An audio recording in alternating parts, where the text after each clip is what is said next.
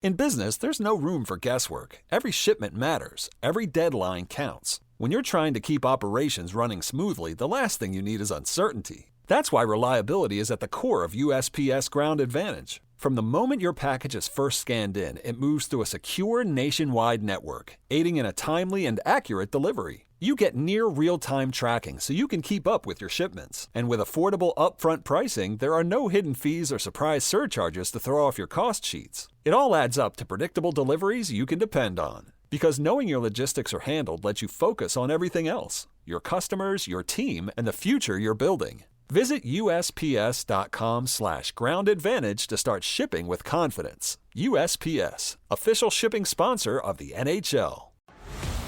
This year, experience the NHL playoffs your way.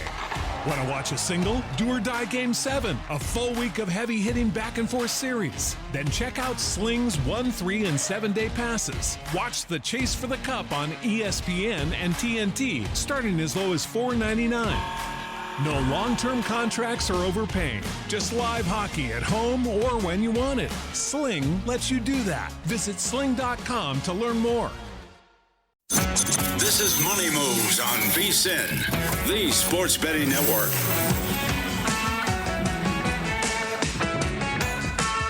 What's up, everybody? Happy Wednesday as we welcome you into Money Moves, VSiN, the Sports Betting Network, Sirius XM Channel 158. We are live in downtown Las Vegas at Circa Resort and Casino, home of the world's largest sports book. He's Jonathan Von Tobel. I'm Stormy Buonantony, jam-packed 2 hours ahead. And as if you didn't get enough of your fill of me yesterday hanging out for 2 hours on the air, you went to the Golden Knights game yesterday and we were able to catch up for a little bit too. So you got extra time. It was like 10 minutes.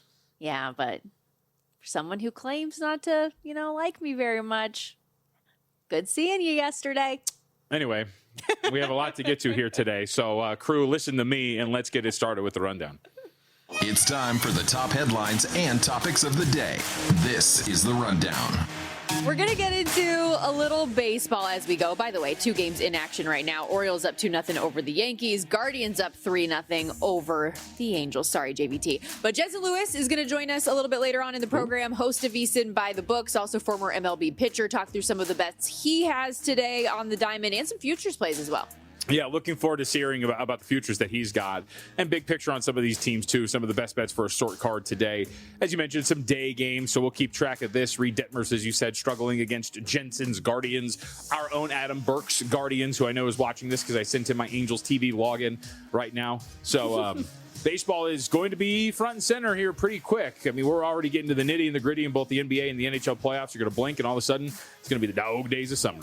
Speaking of which, the NBA postseason rolls on. Big Game 5 tonight between the Cavs and Pistons. We'll also recap what was just a dominant performance from the Spurs and Victor Wembanyama last night. But to go back to the Pistons, Hunter Patterson, who covers the team for The Athletic, kind enough to stop by later on this hour. We'll get a full breakdown on his perspective of the series and where it sits right now. And I can't quit him, and I won't quit him. I'm going to go back to the well with the Cleveland Cavaliers. Even on the road? To keep the Jensen Lewis connection going, his Cavs. I think that I'm stubborn, yes, but I think they can get this done. They still haven't had that shooting night. They still haven't sped these games up. I feel like that's still there. We'll see if that's actually going to be the case. With last night's game in the NBA, kind of getting away from the Timberwolves. It was just a bit. Just a little bit. We saw at least a handful of eyeballs shift to watching the NHL, where we had a couple pretty awesome, close, down-to-the-wire games, one of which that went to overtime. And shout out Pavel Dorofeev, for getting the job done in overtime for the Vegas Golden Knights last night as they take a 3-2 lead over the Anaheim Ducks. Game 6 coming up tomorrow in Anaheim. We'll see if Vegas can close it out or if we go to Game 7 back here in Vegas. But a 2-goal game for Dorofeev. Power play goal to tie it in the first, obviously the overtime game winner. And after he had a pretty nasty, at least what looked like an injury at the time, blocking a shot to his knee, was able to get back out there and made a huge impact late for VGK. Yeah, that's to me, that's the big thing. It was actually a pretty gritty win for the Vegas Golden Knights. Mark Stone obviously didn't play yesterday, so he was still out. You have the injury that kept out Dorofeev for a while, or a majority of the game. Braden McNabb gets ejected in that game because of a 5-minute major that seemed to be somewhat questionable as well. So you were pretty shorthanded. You were asking some of these guys on the back end of your blue line to play some really big minutes for you on the ice. And eventually, I think they cracked a little bit on that last goal in the final minute before overtime started.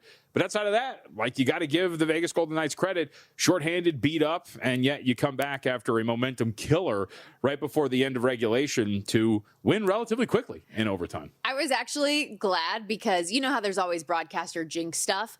I was about to do a hit late in the third period about the Golden Knights, like, third period success over the course of this year. And then there ended up being like a little bit of a scuffle after a whistle, so we didn't have time for it. Within a minute after that, that's when the Olin Zellweger goal was scored. And I was like, okay, good. I'm not going to have anybody coming for me on this one. But yeah, an unfortunate way for Vegas, who had played a strong period. I mean, the second period was rough for them. Anaheim outshot them. I think it was 17-6, and it was really dominant. And we were curious if that was going to carry over into the third. They were able to win that battle for the most part. And then to let in a goal like that late and have to go to overtime was tough. You wonder how they're going to be able to reset, but they do. And I was really happy for Tomas Hertl. We talked about him yesterday, about how he was finally able to put that 29-game goalless drought to bed last game. And how John Tortorella had said, like, even though that was a 6-on-5 goal for a shooter, it doesn't matter if it's 6-on-5, if it's an empty net or whatever it is. Sometimes you just need to see the puck go in the net. He ends up scoring goals now in back-to-back games and an impactful one last night. So I'm going to be curious as we move back to Anaheim here for this series and the ability for Vegas to close this thing out, whether they will. This is still a pretty evenly matched series. Last night I thought Vegas really played quite, if I can speak English, much better than what Anaheim did. Your eyes told you that. The metrics told you that. You mentioned that they outshot them, the Ducks did. But outside of that, high danger chances were in favor of the Vegas Golden Knights. The leverage of their shots, expected goals, was much more in favor of the Golden Knights. They were generating the better looks throughout the entire game at even strength too. And one of the things, we've talked a lot about the fact that Vegas keeps putting itself in the box, and it did again yesterday, and how this penalty kill had been otherworldly for a while. Their power play's been really good, too. They had another power play goal yesterday, so they've got a slight advantage there. But you do wonder if Stone can't play again, if you go out there, if you're going to give up a bevy of shots, if you're going to put yourself behind the 8 ball in terms of penalties again, that we might not be back here for a Game 7. I will credit Jack Eichel as well. He was an aggressor yesterday, recognized maybe he had been a little bit too passive so far in the playoffs and specifically this series. Still didn't get a goal, but a 2 assist night for him, really driving offense. And real quickly, before we get off this game, just to go back to Braden McNabb, he is scheduled to have a player safety hearing today to determine whether or not he'll face suspension for that hit on Ryan Poehling that knocked him out of the game yesterday. It was a 5-minute major. He was ejected from the game in the moment. Now we'll see if maybe that could cost him a suspension for another game potentially here in the postseason. So something to keep an eye on for Vegas as they had to play with 5D last night. Game 6, those prices are out. Virtual pick'em game, but Vegas still slightly favored, -112 in Anaheim for the potential closeout game. Ducks -108. Goal total back at that 6.5. Although we've seen a couple of unders now in this series. For the series price, Vegas out to -425, and now the third shot on the board to win it all. You've got the Colorado Avalanche +150 and Carolina +155, but Vegas right there at +650 as well. Next on the board at 13-1 is Montreal and Buffalo, who had a great game last night as well. Go ahead. Yeah, I was just going to ask you from a pricing standpoint, though, really quickly, as you look ahead to Game 6, does that make sense to you as you look at it? So you saw in Game 4, Anaheim was a $1.22 favorite, and then even money in Game 3 in Anaheim. So now that we're going back, Vegas slightly favored on the road. I personally think that Anaheim should have been probably favored, but especially with Stone still potentially questionable, right? I mean, it doesn't sound like correct, but Vegas has had consistent market support this entire postseason, so I'm not necessarily surprised by the price either. But we saw Buffalo get back on track yesterday, as well as they tie that series with the Montreal Canadiens. They get the 3-2 win. Zach Benson, your overtime hero, with the game winner on his 21st birthday, by the way. And I loved in his stall after the game, they had a brew there for him. It was like, you get the overtime game winner and you get your first legal beer. Let's go. Oh, I didn't see that, really? Yeah. I didn't understand that he was that young. A stupid game, I would say, for the most part, with the Sabres breaking through on the power play, getting a goal from Tage Thompson off of the boards. So it's the... Or is it stanchion or what it was? Yes, it's the stanchion where in the Zamboni tunnel... Yeah. basically Tage Thompson just throws the puck in the corner, and it happens to hit the perfect spot in the corner where that Zamboni door would open for, that it goes directly toward the net, and Jakub Dobiš, who is in great position, by the way. It's not like he was out of his net or anything like that. He was in great position, yet the puck goes right off the back of his leg and into the net. Just unbelievable. And that ends up being kind of another seal break for the Buffalo power play that's had so many struggles this year. They end up scoring that goal, and then the game winner was on the power play as well. Yeah, I think, and this is a good example of a game that it seems like, watching it and both looking at the metrics, that shots aren't really everything, right? You can pepper a team with shots, but if they're not high leverage shots, if they're not generating any real chances, then you're not going to be there.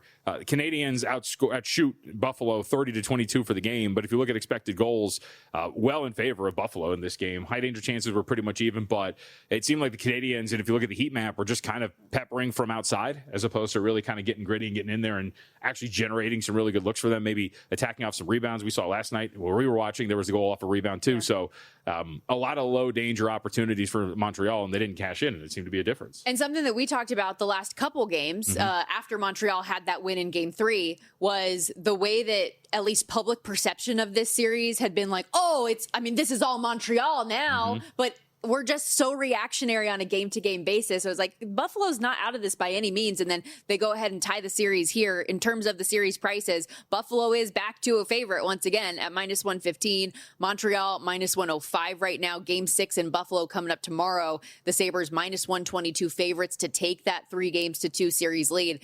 And I want to give Lindy Ruff a little bit of love here too, the Buffalo Sabres coach, for making the change in net yesterday as well. Put Ukko Pekka-Luukkonen back in this thing, and he was awesome. Stops 28 of 30 shots, .933 save percentage, first star. He was the real backbone of the win, and he is, Ruff that is, has really picked his moments when Pekka-Luukkonen wasn't at his best early on in the playoffs, made the switch to Alex Lyon, and has kind of picked the right moment once again to make the switch back. Yep, and pricing-wise, as we go back to Buffalo for tomorrow, Sabres $1.20 here at Circa. They closed the Canadians -128 and then -150 yesterday at home.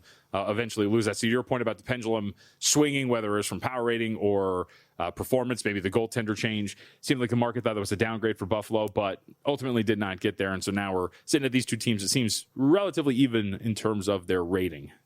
Before we hit the break here, just to go back to the futures market to win the cup, the one thing about kind of the order, at least at the top, that is interesting to me is that you have Vegas as the third shot and not another team from the East, that you don't have a Montreal or Buffalo that's above them, considering that on the West side, you have to go through Colorado, who is your favorite.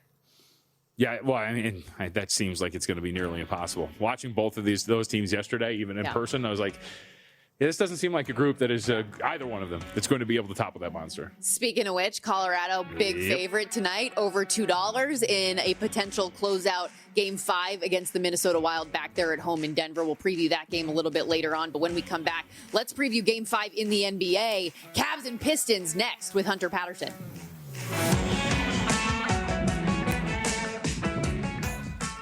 So you're listening to this podcast because you want an edge. But what if I told you you're only halfway there? You've got the mindset. Now it's time to get the toolkit to match. Here's the thing.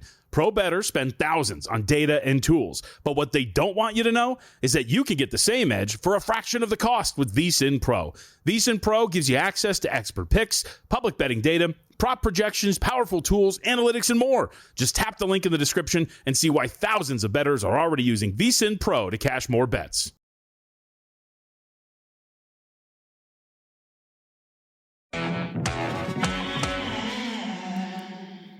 You're watching Money Moves here on VSiN, the Sports Betting Network.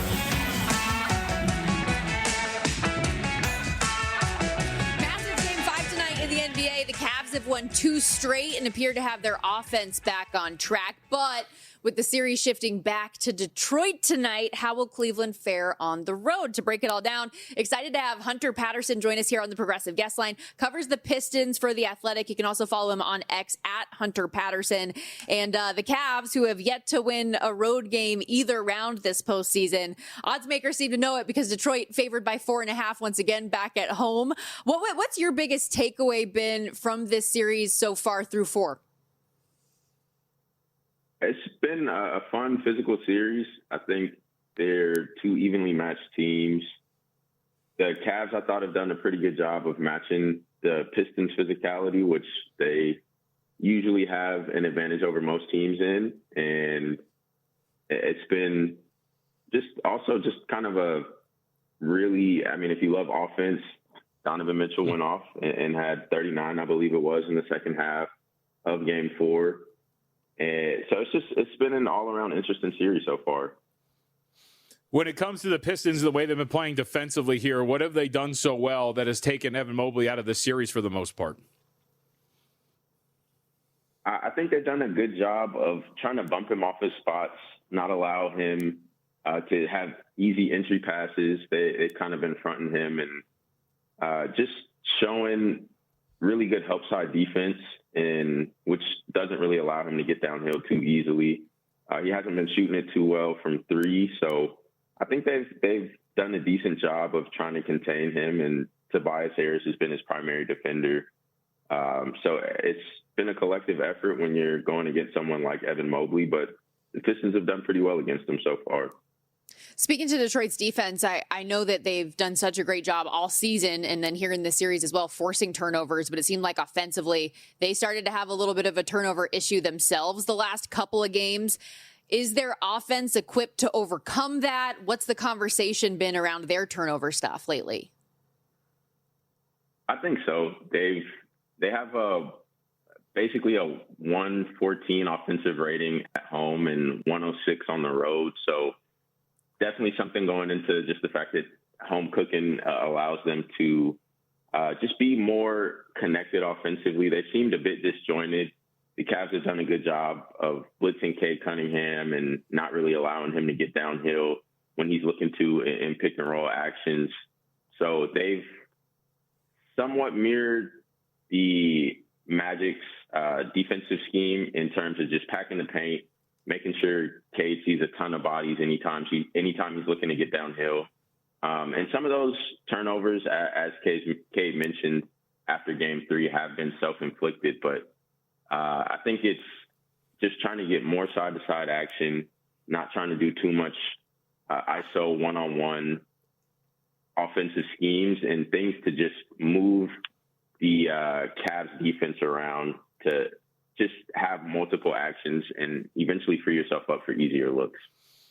Building on the offense here for Detroit, first off, you mentioned Tobias Harris. For the first time, what seems like an eternity, he doesn't score 20 points last time out. What has this run been like from your perspective, and what have they had to say about this run from Harris in terms of his scoring, his efficiency? He's been incredible. Yeah, he was limited in the second half of Game 4. He only had 2 of his 16 points in that second half. But outside of that, this has been his best stretch offensively as a Piston. And in talking to him about that, he prides himself on being ready for the postseason. He's the veteran on the team. He has more postseason experience than anyone on the Pistons. And he's really stepped up and into that second scoring role that the Pistons have needed alongside Cade. So JB, he's called Tobias his safety blanket going back to last season, in the fact that he knows he can turn to him in situations where the Pistons need a bucket. And so far that turnaround over smaller defenders has been essentially a layup for Tobias in this postseason. So he's at his best right now, and I think the Pistons are going to need him to continue on in that role. Another guy they might need, and you could explain a little bit more here, it seems like Karis LeVert's minutes have come in fits and starts. He had 31 minutes the other day, fewer than 20 in the 2 games prior. What do you think Bickerstaff's strategy is for LeVert? Could this be something that we actually see a little bit more of down the stretch of this series? Yeah, he's gotten more minutes in each game of this series. This Game 4 performance was his best as a Piston in terms of points and minutes. Those were both season highs for him. And it seems he's playing with something to prove against this Cavs team that he previously was on. I think he's really been helpful offensively, obviously, but defensively as well. He's pestered James Harden quite a bit in the limited minutes he's been able to guard him. He's forced some turnovers, and he has some history, as I mentioned, with Donovan Mitchell and the rest of this Cavs team. So I think JB's been high on him all season. It's been kind of an up and down season for Karras. He had vertigo at one point. He's had injuries throughout the season, so he hasn't had a consistent amount of run throughout the year, but he's someone who has essentially been the Pistons' most valuable player off the bench. So I think there will be a heavy dosage of Karras minutes tonight. Okay, so and he is one of 3 questionable players on the injury report. Any real worries for him or Robinson, or are these just, hey, you know what, got a little ding here and there, we're going to put him as questionable, but they're going to play? Yeah, Karras was questionable last game as well. He was at shoot-around this morning. Herter was at shoot-around as well.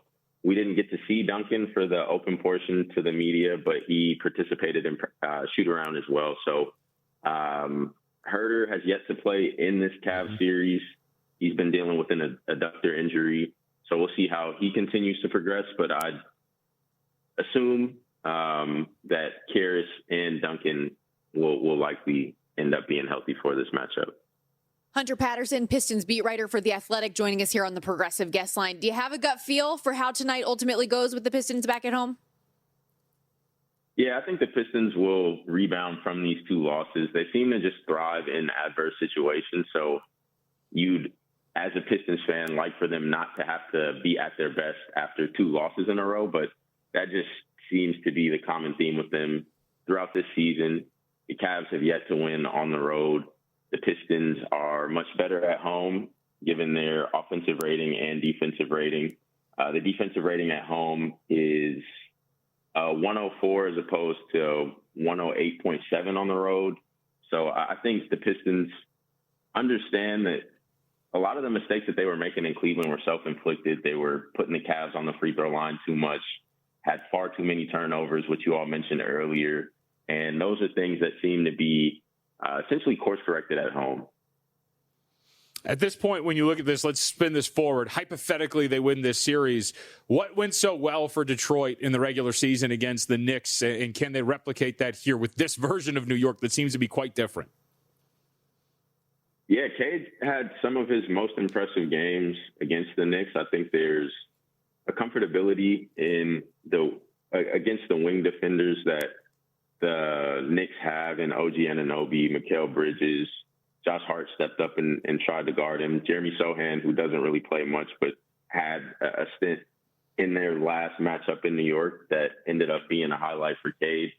I think some of those guys, Cade just has a comfortability against.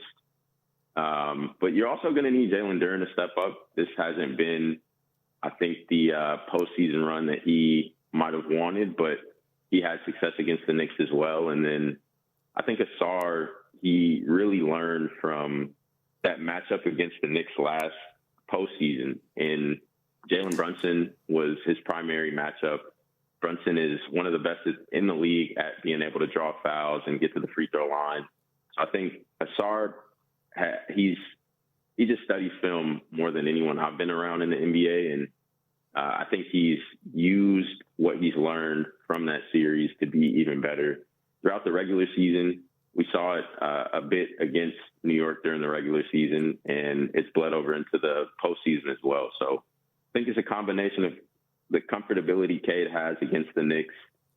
The Pistons defense is suffocating against most teams, and that applies to the Knicks as well. And Asar is going to be the point of attack defender on Jalen Brunson. So we'll see how that goes if they do get there. Great breakdown, Hunter. Thank you so much for your time. We appreciate it. Enjoy the game tonight. Appreciate y'all. Thanks for having me. Hunter Patterson. Again, make sure you check out all the work on The Athletic, doing great stuff over there. And that's something we didn't actually get to dive into a lot. One of the comments he made about Jalen Duren, he has not been, I think, the guy that the team has probably expected him to be here in the playoffs. No, and that's why I made the signal to you. I want to ask one more, but we didn't have enough time because he is also a restricted free agent coming up. Sure. So not the best time, interesting time. You have one of your best seasons and a very, very poor postseason by the standards that you've set for yourself. And at a time where you have to realize, like, are we going to pay him? How much are we going to pay him? And in the most important time, because there are positions and players that become not as relevant in a postseason setting. Okay, we got to step aside here on Money Moves, but when we return, another Game 5 tonight, albeit on the ice. Colorado, a heavy favorite to close out their Round 2 series with Minnesota, but the Wild have shown the Avs are not unbeatable. Can they extend this thing? We will discuss next on Money Moves. You're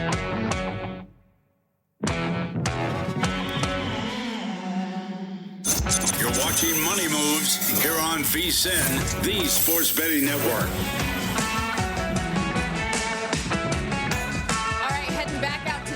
We welcome you into Money Moves, VSiN, the Sports Betting Network. Stormy, Buonantony, Jonathan Von Tobel with you. Big potential closeout Game 5 tonight in Colorado as the Minnesota Wild try to keep their playoff selves alive for one more night if they can. They're plus 180 road dog to do so tonight.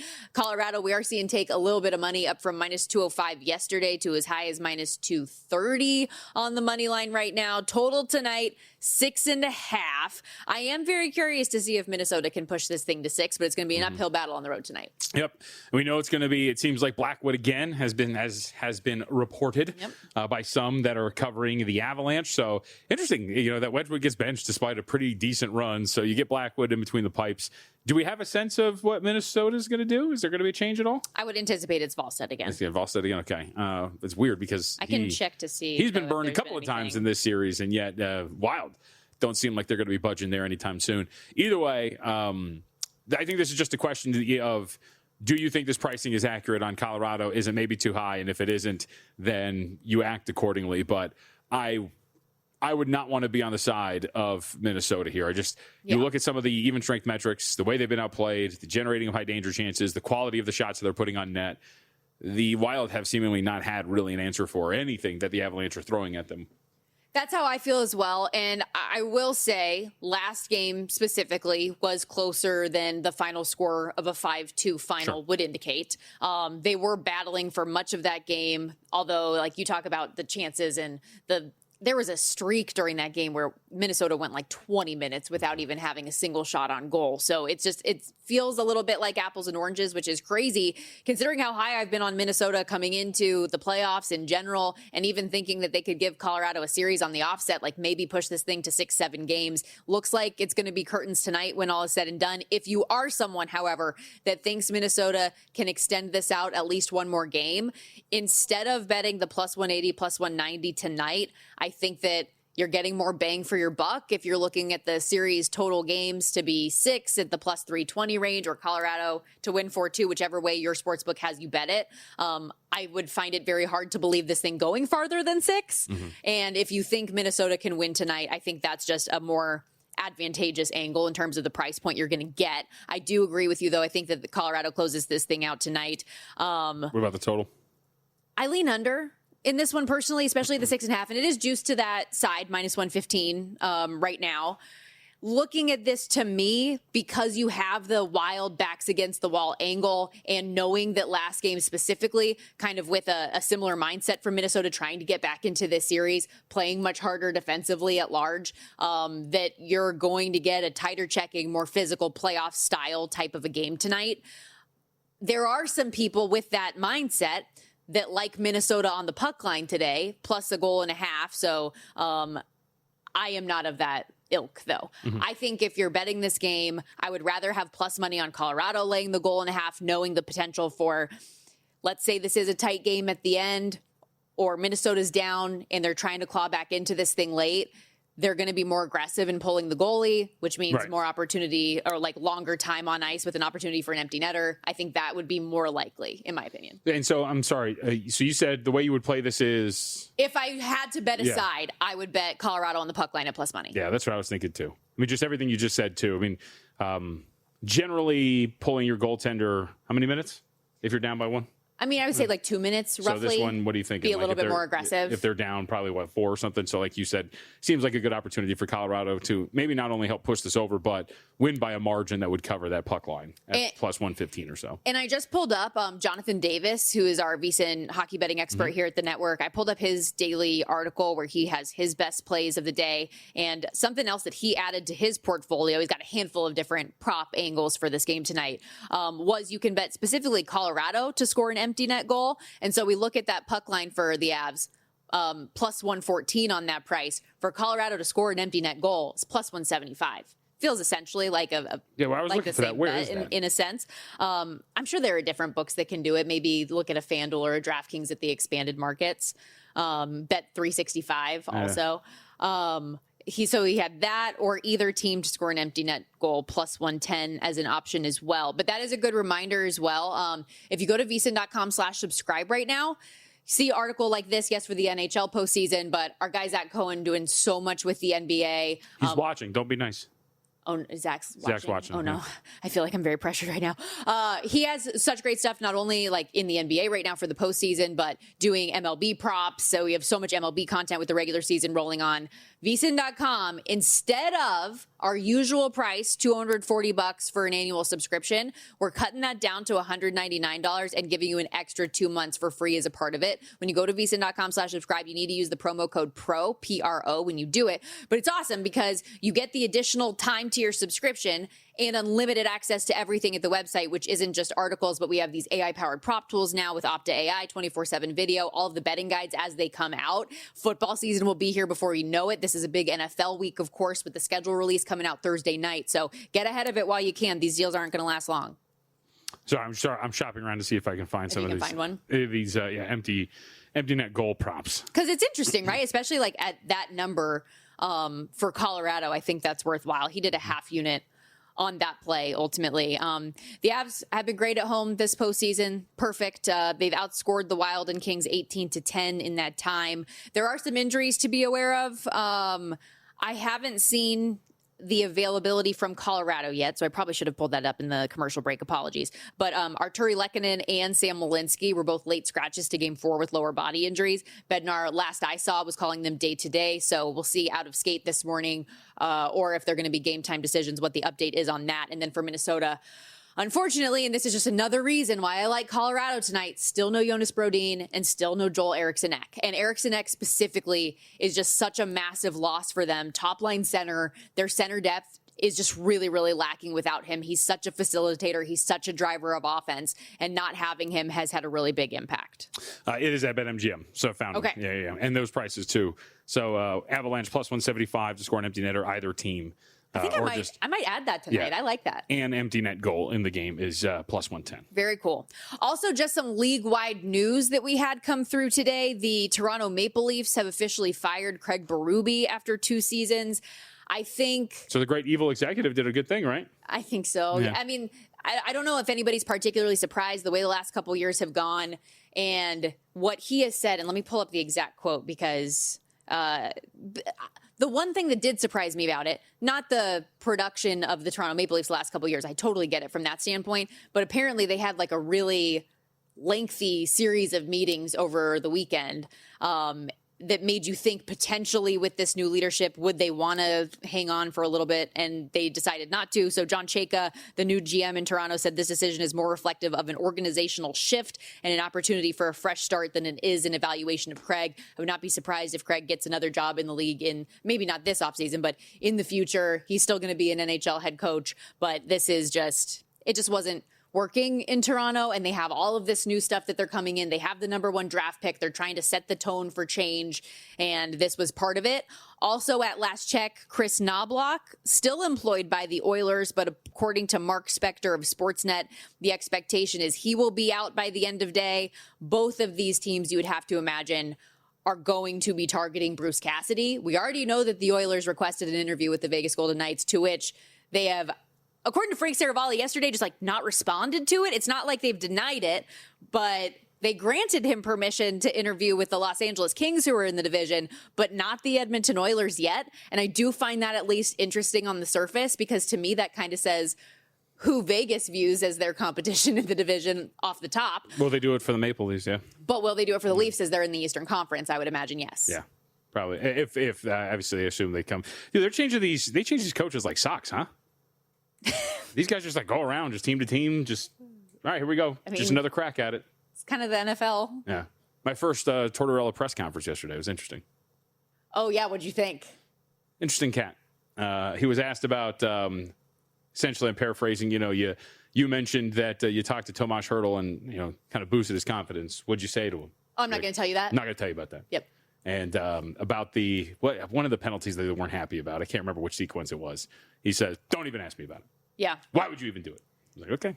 Well, and gotta ask. I feel bad for some of the local reporters too, because they will, with injuries and everything like that, every time he comes out, if you ask about an injury, he's just like, I'm not going to tell you about injury. Stop asking. But it's also their job to ask. They have to keep asking. So that's kind of an unfortunate one. He has been much shorter now in the playoffs than he was those final 8 games of the regular season. But I'll tell you, because of his relationship with ESPN, in our side conversations, is this another one where you're just like, everybody's so nice to me? No, I mean, not me, but he has such good relationships with like Steve Levy from doing stuff in studio with him for so long. They're good friends that he gave us really good meaty information during some of our pregame chats that I was surprised we got. There was actually one moment when Bob Wischusen was on the game with me that Tord started telling us all of this stuff. And Bob goes, based on what I heard in the media availability today, I didn't think you were going to tell us anything. I was like, Bob, you just cut him off. Now he's not going to finish. What are we doing? But it's been great. All right, on that note, we got to step aside here on Money Moves, wrapping up hour 1. When we return, stick around. So much more to get to. VSiN, the Sports Betting Network.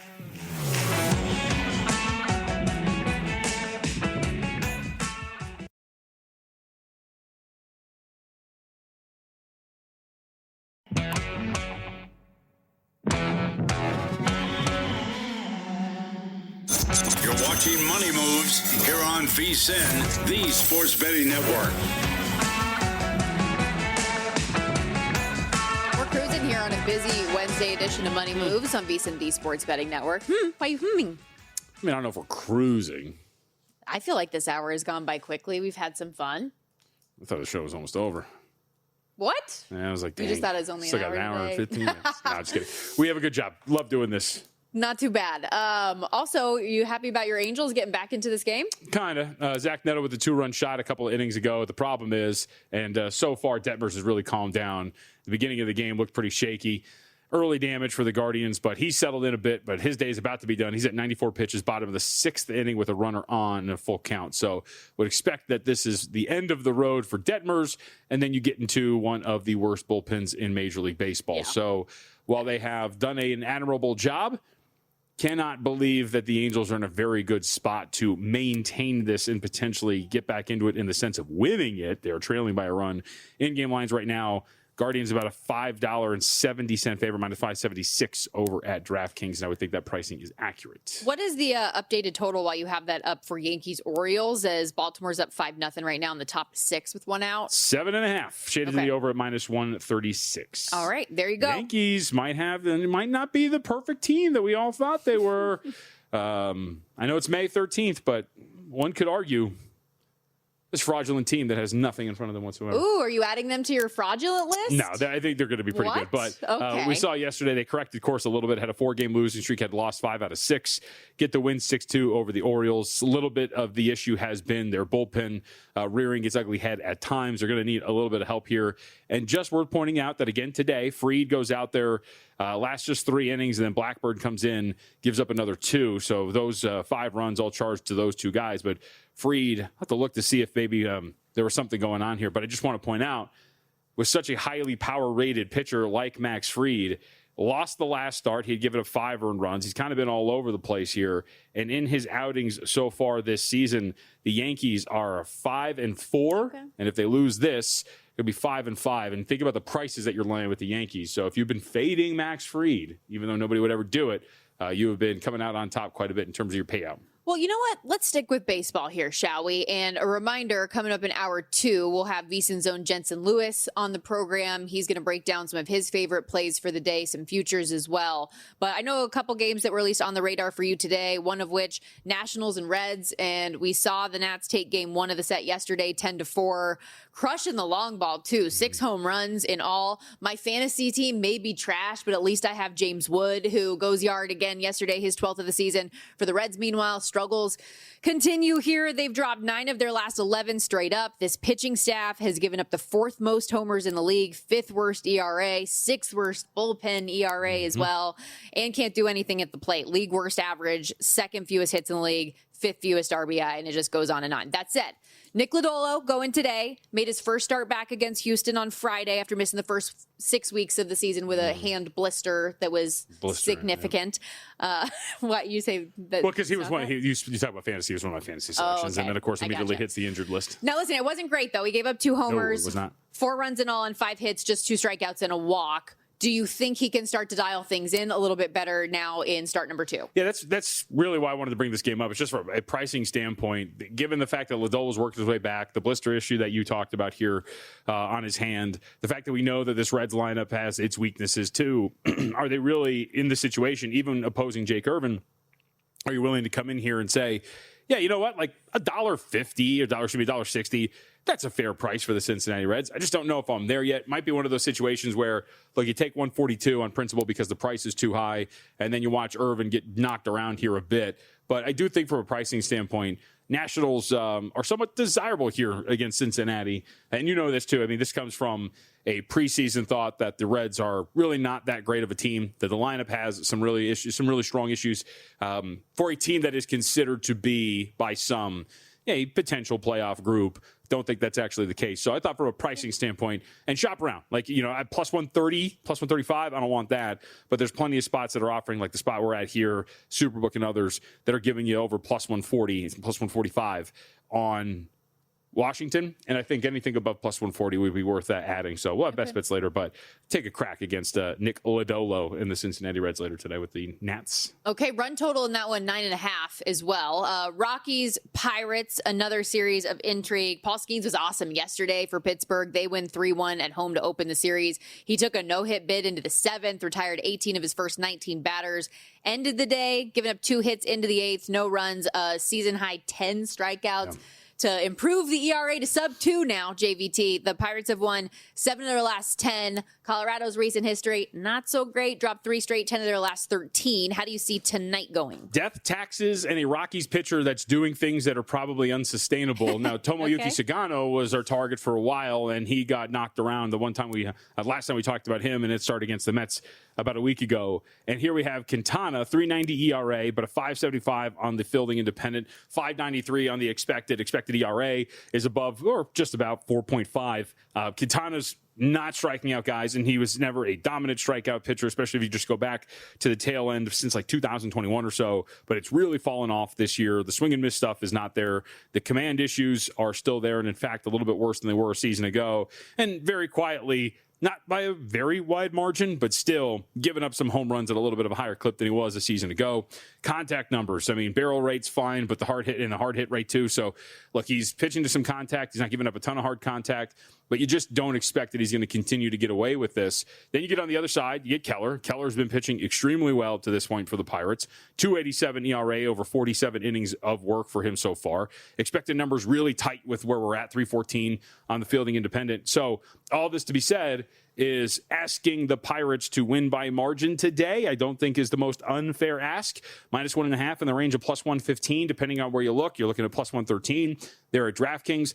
I don't think that's it's not reasonable to look at this. And I get it. Pirates are at home and whatnot. So you get if they're leading, you do lose out in that bottom half inning, which a lot of people like to point out to. But I think Quintana is a guy that is definitely worth playing against here. So asking the Pirates to get this done by margin, I think could be something worth looking at here. You can also go first 5-run line as well. Well, and to give you a little bit of support, I mentioned how they've lost 10 of their last 13 straight up. 10 of their last 13 also, all of those losses have been on the run line. So they have not been able to, like, all of those losses have been by 2 runs or more, many of them by more, I might add. And to that point, Pirates run line -0.5 in the first 5 is minus 130. All right, Tigers Mets here to close out this segment, shall we? New York playing much better baseball since the calendar flipped to May, at least after the 10-21 start. 6-4 over the last 12 days, and perhaps some good fortune facing a Tigers team that's reeling a bit. Detroit fell in game 1 of the set yesterday, 10-2. Steady scoring for the Mets, by the way, all game. Only 2 innings where they failed to get at least 1 run on the board. They've dropped 6 of their last 7, 11 of their last 16. Detroit, that is. Virtual pick'em game today, depending on where you look. New York around -112, Detroit -108. Christian Scott and Framber Valdez going head-to-head. Yeah, I'm going to be interested to see. Well, Scott, first off, in the last 2 appearances in those starts, 5 and then 4 2/3. So we'll see if he can keep this up. Really good strikeout numbers. So maybe he'll be able to match up with this Tigers lineup. It's more about Valdez, though. We talked to Palm about this on Friday. I think he called him a nutcase or whatever it was, and Valdez is kind of a head case. I mean, we've talked, there's a lot of different instances in which we have seen him act out, and it's leaking oil in Detroit. We've talked about the issues of the pitching staff and how bad this has been. So from a morbid curiosity, can you ask Scott to come in here, pitch extremely well, continue with swing and miss stuff, and then pricing, as we always talk about with these baseball games, just all the games in general. We saw this open up as a slight favorite in favor of Detroit. We're starting to see the market correct in the direction of the Mets, but given the way Scott's pitched, given the way Valdez has pitched, and the way this has looked for Detroit, I feel like at the very least the Mets deserve to be favored at home here against the Tigers. So I thought it was fair to ask, and we're looking right now, again, -110, -107. So some cheap prices there, and sure to search around, because here, at least according to my screen, out of the tip of the strip down south, you're looking at -101 in favor of -101 on the cheap price on the dog in the Mets, -109 coming back on the Tigers. And I know I told you guys about this earlier, but it bears repeating the deal we have going on right now at VSiN. There is so much content available for you has to do with Major League Baseball on vsin.com right now. We have daily articles, not only for just gameplays, but props, bet split analysis, whether it's from Josh Applebaum, Steve Makinen, Zach Cohen, Adam Burke. Like, so many guys are deep diving into the Major League Baseball slate each and every day. And if you go to vsin.com/subscribe, you're not just getting the 12-month annual subscription, you're getting a discount, you're getting 14 months. So check it out while you have the time. We do need to step aside here on Money Moves, but when we come back, we're going to reset for hour 2 of the program. I mentioned this is a big week for the NFL. We've got the schedule release officially coming out Thursday night, but we're seeing some other things trickle out already, including the full international slate. And because it's 2026, we already have lines on the game. So we'll give you some early thoughts on that, a couple football topics top of mind, and lots more to get to here on VSiN. So stick around. This is Money Moves, VSiN, the Sports Betting Network. Tweet at us as well if you want to chime in on anything. At me, JVT, at Storm Buonantony, or the email if you're not a big Twitter person, moneymoves@vsin.com. We'll be right back.